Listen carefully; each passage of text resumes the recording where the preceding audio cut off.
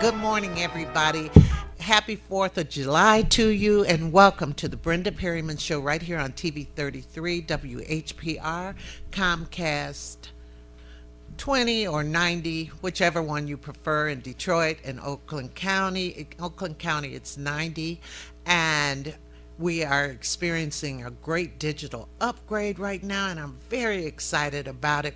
But because this is Independence Day, I still felt that I should bring some information to you, a show to you, and right now, my first guest. I'm so excited about her, and her name is Nicole Stsllworth, and she is running for state representative. Good morning. Good morning, Brenda. Thank you so much for having me on the show, Oh, and it's happy my 4th pleasure. of July. Oh, yes. Are you all going to eat later? We're definitely going to eat later. My mother came into town yesterday, and so she's so you're getting getting her to grill. cook. You're getting her to cook. Just put the mother to work. It's always when your mother comes, you have to get her to cook. It's almost like, Yeah. that's what you have to do. So. Yeah, well, I got my kids out of that habit of expecting me to cook, and but I am cooking something as we speak. I put it on the timer in the oven this morning, so I'm gonna take some food over to my mom's and stuff like that. That And would be nice. So we have, and plus we have fireworks across the street from my house during on the 4th of July. So, anyway, you are running for state rep. I am. Well, let's find out. Let me show my audience or tell them a little about you. Yeah. Where are you from originally? Well, originally I'm from Lansing, Michigan, so I relocated to Detroit about 15 years ago. I had a 4-year-old in hand, and we came to Detroit so that I could attend Wayne State University and finish my bachelor's degree at that time. So as we, matriculated through that, and I finished my bachelor's at Wayne, I started my career in a couple of different industries. So I've worked in the, I've worked in the energy industry. I worked for a company that was, at the time when energy was being deregulated, they were one of the marketing companies. Oh, really? And so, yeah, and I learned a great deal about energy and things, and the costs of energy and things of this nature. And then from there, I was at Thaw for quite a number of years as I worked on my master's We've degree. been hearing a lot about Thaw, especially during the winter. Yeah, it's really important. Detroit is a very unique area with regards to energy consumption. And so I ran those programs for about 6 years at Thaw. And then from there, I got involved in education policy and really traveling the state of Michigan to educate families about the changing environment in education and what, their options were. And from there, I went to the Children's Center, where I'm currently serving as their Director of Community and Government Affairs. Oh, really? So I've kind of been around quite some time. But going around, you were able to kind of could become familiar with so much, weren't you? Yeah, it became a passion of mine, really understanding what people are going through. I think one of the common threads throughout my career has been, I've worked with people in some facet of what they need in life, and being a single mother at the time too, and raising my own daughter, and furthering my own education and furthering my own career. It's been something that I felt was my duty in life to really get more involved in it, and so that's why I've decided to run for state representative. Yeah, that was my next question. What made you decide to go into politics, which is, I don't know, it could be feast or famine, for people. Yeah. Well, my husband, Thomas Stsllworth III, currently holds the seat, and he decided to run for the Senate, which presented an opportunity to me to say, what next step am I going to be taking to ensure that all the work that I've been doing to advocate on behalf of families, to advocate on behalf of seniors, with all the information and knowledge that I have, that I've gathered and gained throughout my own career, how would I put that to good use? And I figured that this opportunity to run for state representative would provide an opportunity for me to take that knowledge to Lansing and implement some of that information through policies in the state of Michigan so that all of our families can benefit a lot more. Well, let's talk about what your boundaries are and who would be voting for you. So it's the entire city of Highland Park, but it's also on the northern side, it's 8 Mile. West 8 Mile Road. And then on the southern side, it's the 96 and Southfield border. And then the furthest west border is Greenfield. So it's quite Greenfield and what? well, Greenfield and 7 Mile, between Okay. 7 and 8. So it's pretty large territory. There's quite a number of little curves and things of this nature.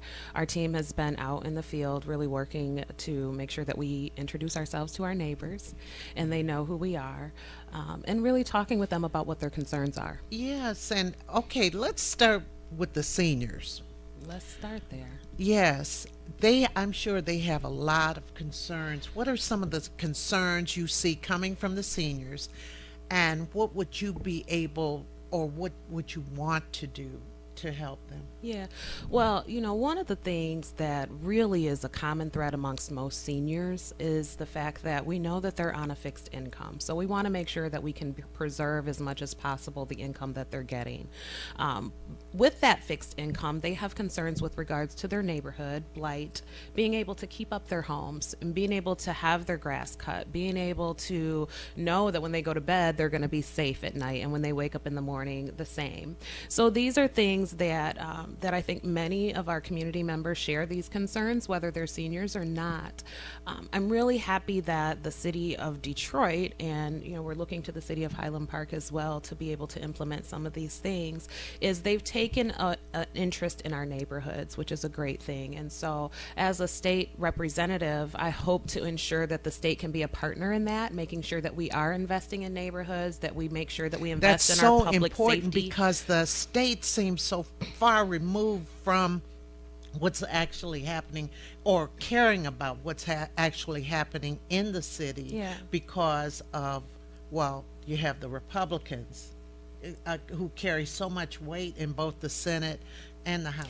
Well, that's the role. The role of a state representative is really to be a member of the 110 member body, to really do two things in particular: create policies and have oversight of the budget. And well, the third thing is really to protect the Constitution.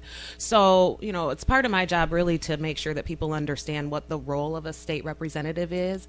The fact that we're able to be elected from our own communities makes us a leader in that, right? Makes us have the ability to facilitate conversations where necessary, where maybe it isn't the state's role to get involved, but it might be the municipality's role. And how can we, as members of the State House of Representatives, really create opportunities to facilitate and support the kinds of initiatives that we know are not only going to grow our economy, but also create a stable environment where we can recruit people to come and live in the great state that we all know and love. Yes, and that is very important too, because in light of what they're doing, say downtown or midtown, Yes. Sometimes people feel that, well, we're being left out.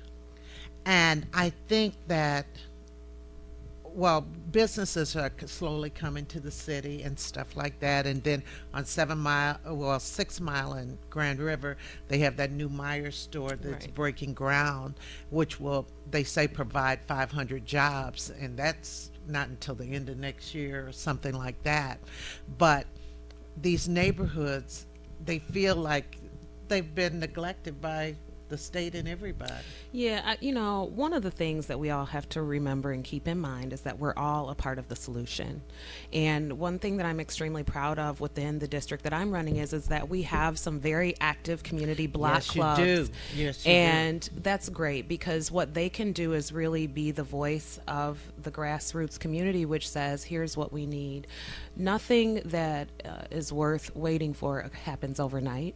And no real monumental change happens overnight either. And so these are the things that, these types of initiatives we should all really be excited about, because they do present opportunities for us to recruit families in, and jobs for those families.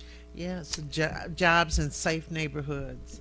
That's very important too, because people have to go catch the bus. I mean, not that you're not a city council person. I understand that. Right.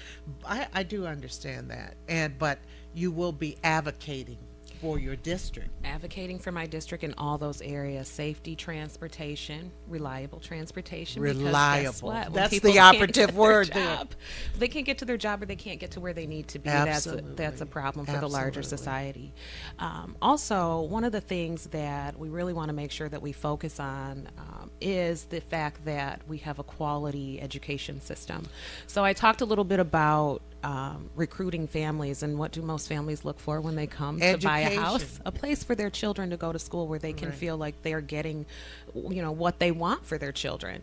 And so And this hopefully go to school not 5 miles from their house, That's another. I was a single parent for a long time, so I get that. I wanted my daughter Tony to go to a school that was convenient for all of us, because not only was she busy, but mom had to go to school and mom had to go to work. And so oftentimes parents don't have the time to really drive. I mean, if you do, that's great and that's awesome, but many parents really want a school that's located in their neighborhood, that's quality, they can rely on for convenience, And safe walks to school. safe routes to school. And so one of the things that we're really looking at is to ensure that our schools can be what are called anchor institutions in our neighborhoods. Excellent.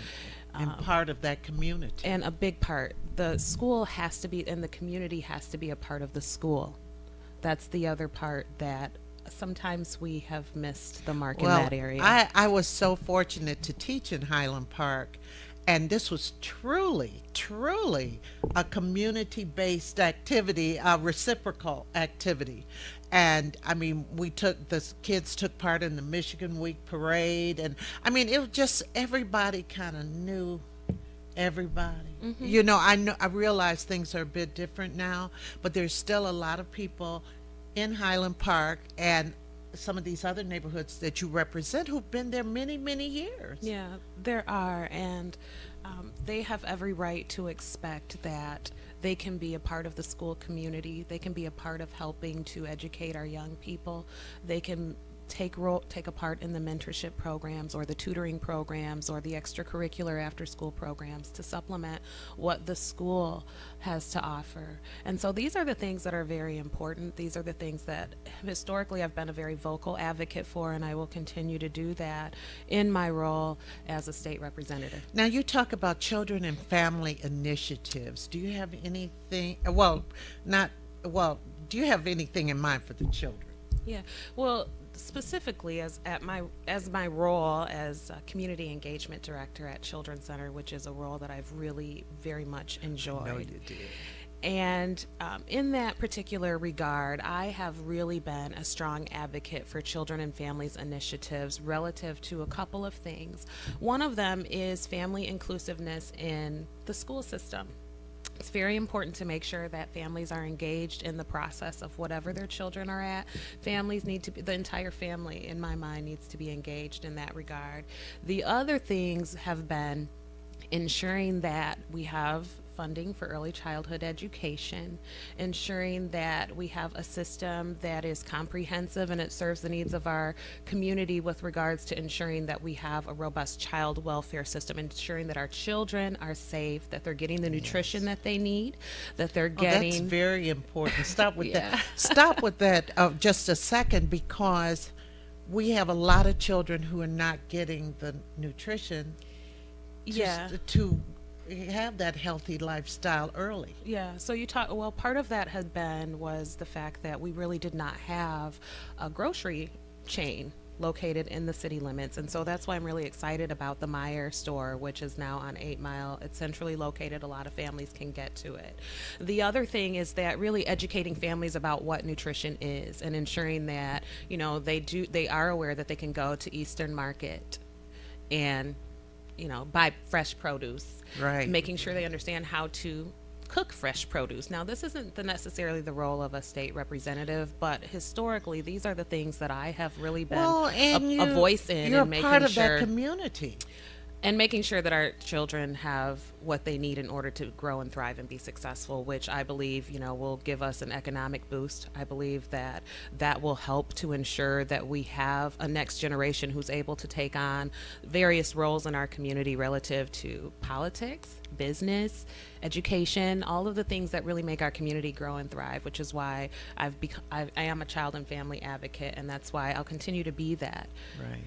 Right, right. So how does your husband feel about you running? Well, he must like it because you're running for his old position. Oh, Yeah, he's very excited. I mean, this is what we do. We talk and we live and breathe the issues at the dinner table. And when we wake up in the morning, we're talking about all kinds of issues related to what's going on in the city and how we can be of help and what we think and how we can be supportive and who we need to engage in the process and things of this nature. So he's excited. We're both excited. We're both really hard workers. We share a lot of the same values with a few minor differences, such as, I like the heat on hot. oh, And he likes it on mild in the wintertime, Wow. that kind of thing. wow, that's funny because I know I was getting those hot flashes in the winter. But anyway, that just seemed a little different.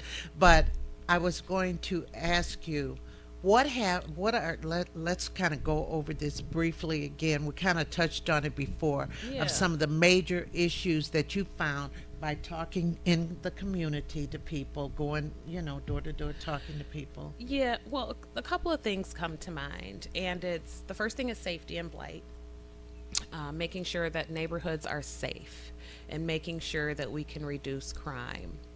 The other thing. Do any of the seniors feel like they're locked in their houses, or what?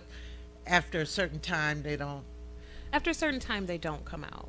And even in our door to door, some of them are a little apprehensive to even come to the door when there's, we don't know who's here. I wasn't expecting guests and things of this nature. But Right. for the most part, people have been wonderful. They've come to the door, we've talked, and we've engaged in conversation.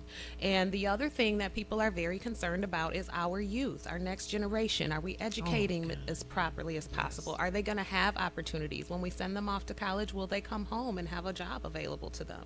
That's something that I personally have a concern about as well. My daughter is finishing her first year. She just finished her first year at Michigan State University.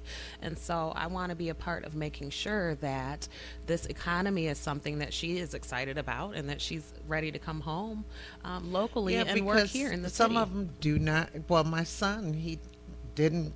He came home for a minute after college, but he basically has made his living in another state, so that's tax money that another state is getting. And he has to come to visit his friends and everything like that.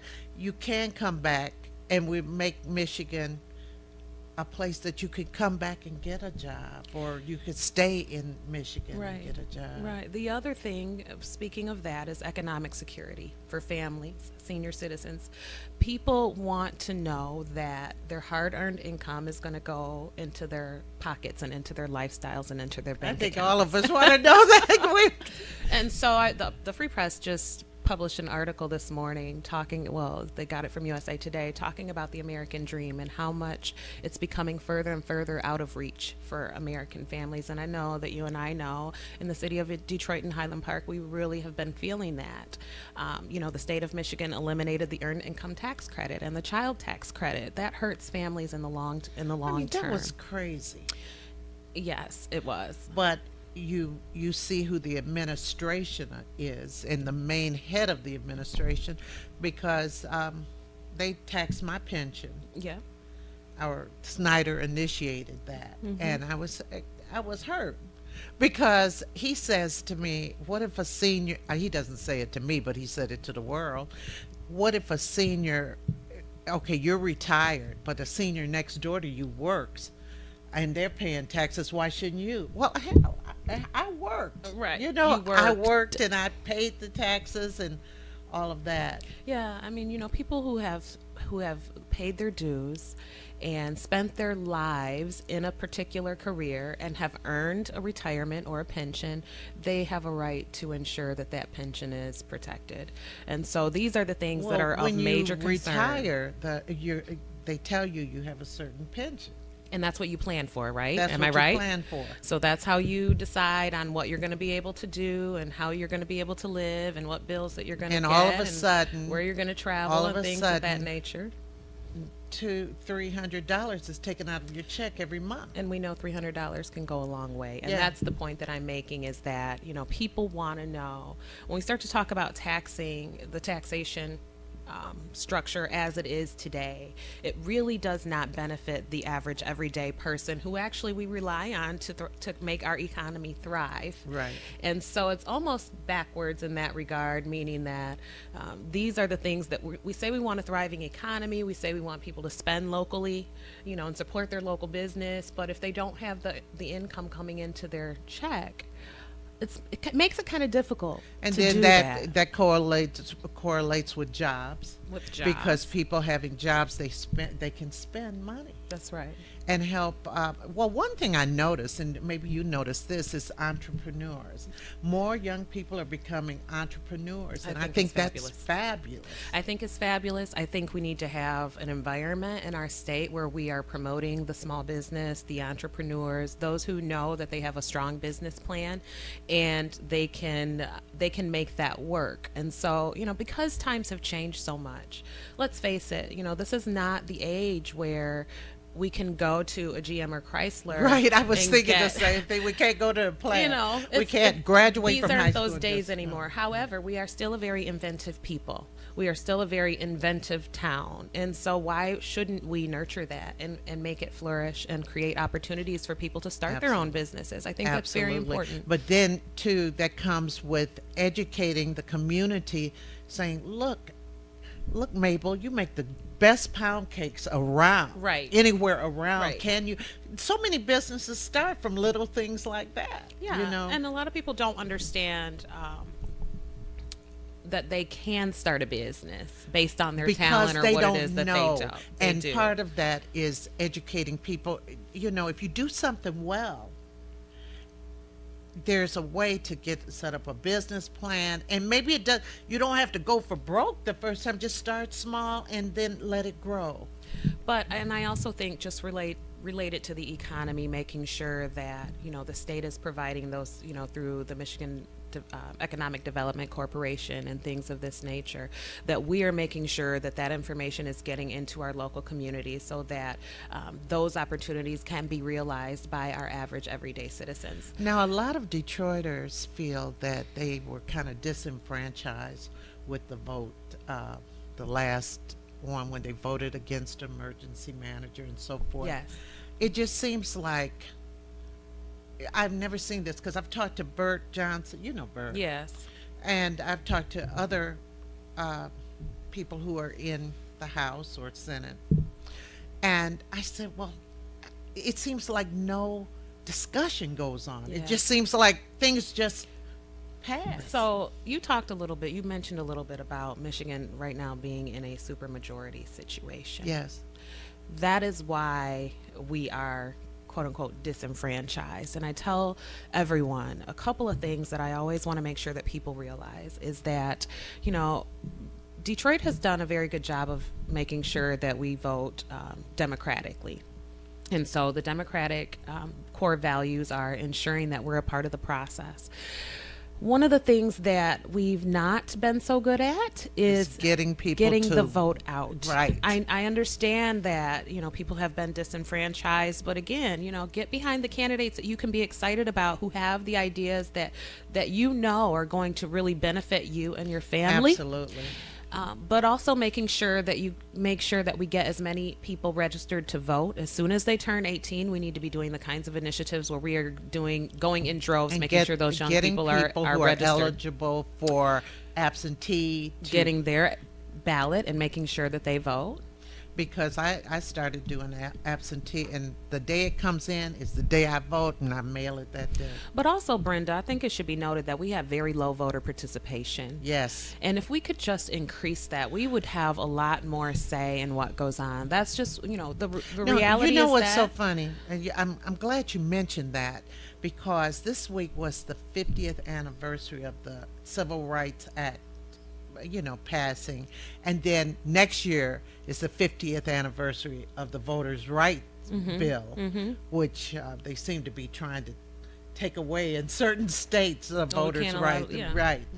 But a lot of people are not connected with the fact that it took so long for us to Right. earn the right to vote. That is right. And how much was sacrificed Oh, for us to the have the right sacrifices. to Absolutely. vote. People actually died.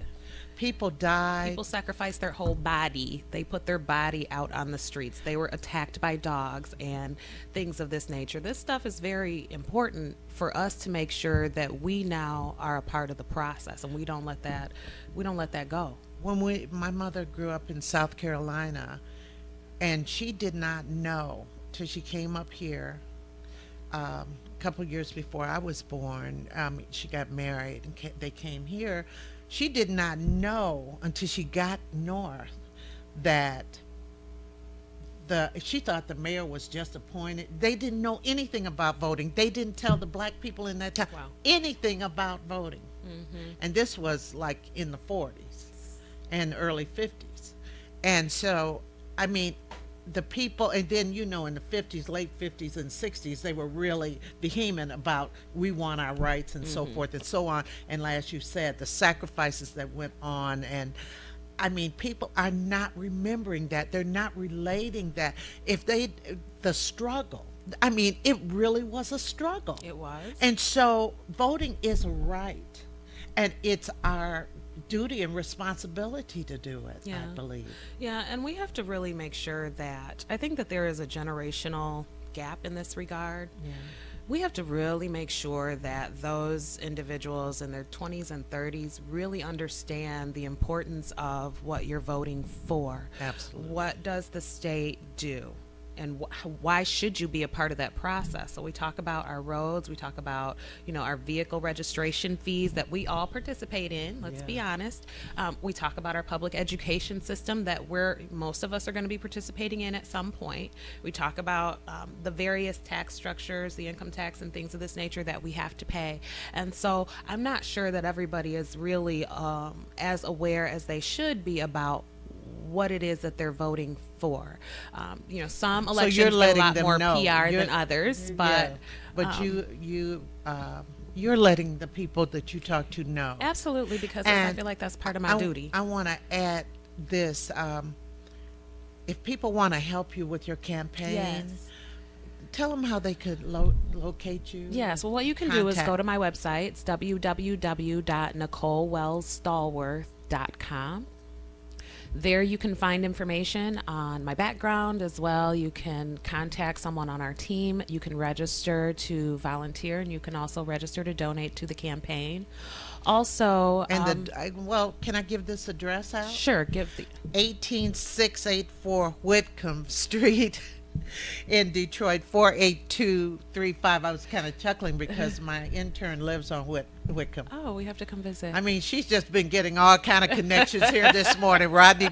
Councilman Rodney Patrick is a relative. They didn't know each other before Until this morning. morning. But really, it shows you, too, what a small community we have here. Yeah.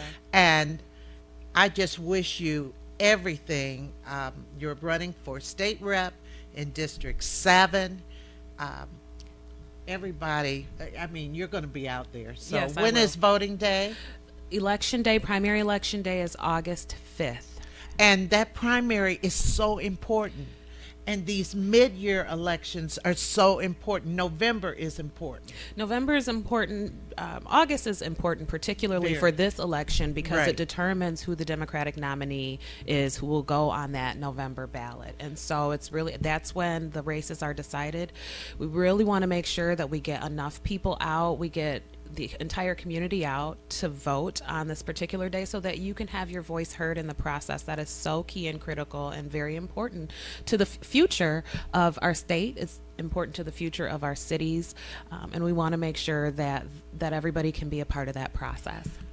Well, I thank you so much. Thank you so much for having me, Brenda. It's been great. I mean, you just have a wealth of information, a wealth of experience, and I do believe you'd make a good state rep. Well, thank you very much. And then it's like Hillary and Bill. if Hillary becomes president, my mother used to say this when Hillary was running the first time. She said, Bill can talk to her and help her. Tom can talk to you and help her. And he does. He Yes. does. He's been very, very much, very knowledgeable and very supportive, and he's coached me along the way. So he's always greatly appreciated. Okay, He's a wealth of Hillary. I mean, knowledge. Nicole. So we'll be back in just a moment with something very special because I'm going to rerun the Dominique Wilkins interview for you because I really got into the clipboard that he talked about and the healthy living, and it's just a roadmap and it's free to everybody. So we're going to run that again and talk about it because it's a wonderful program. And Dominique Wilkins is that Hall of Fame basketball player who didn't discover he was diabetic till he was 40. Wow. And the bad thing about it is he had always been athletic. Right. But it was a thing with his father and Yep. grandfather because you can get it even if you are, because of the family. Mm-hmm. So we'll be back in just a moment with Mamie Posey Moore talking about your farmer's market. Thank you again, Nicole. Thank you, Brenda. Thank you. Thank you.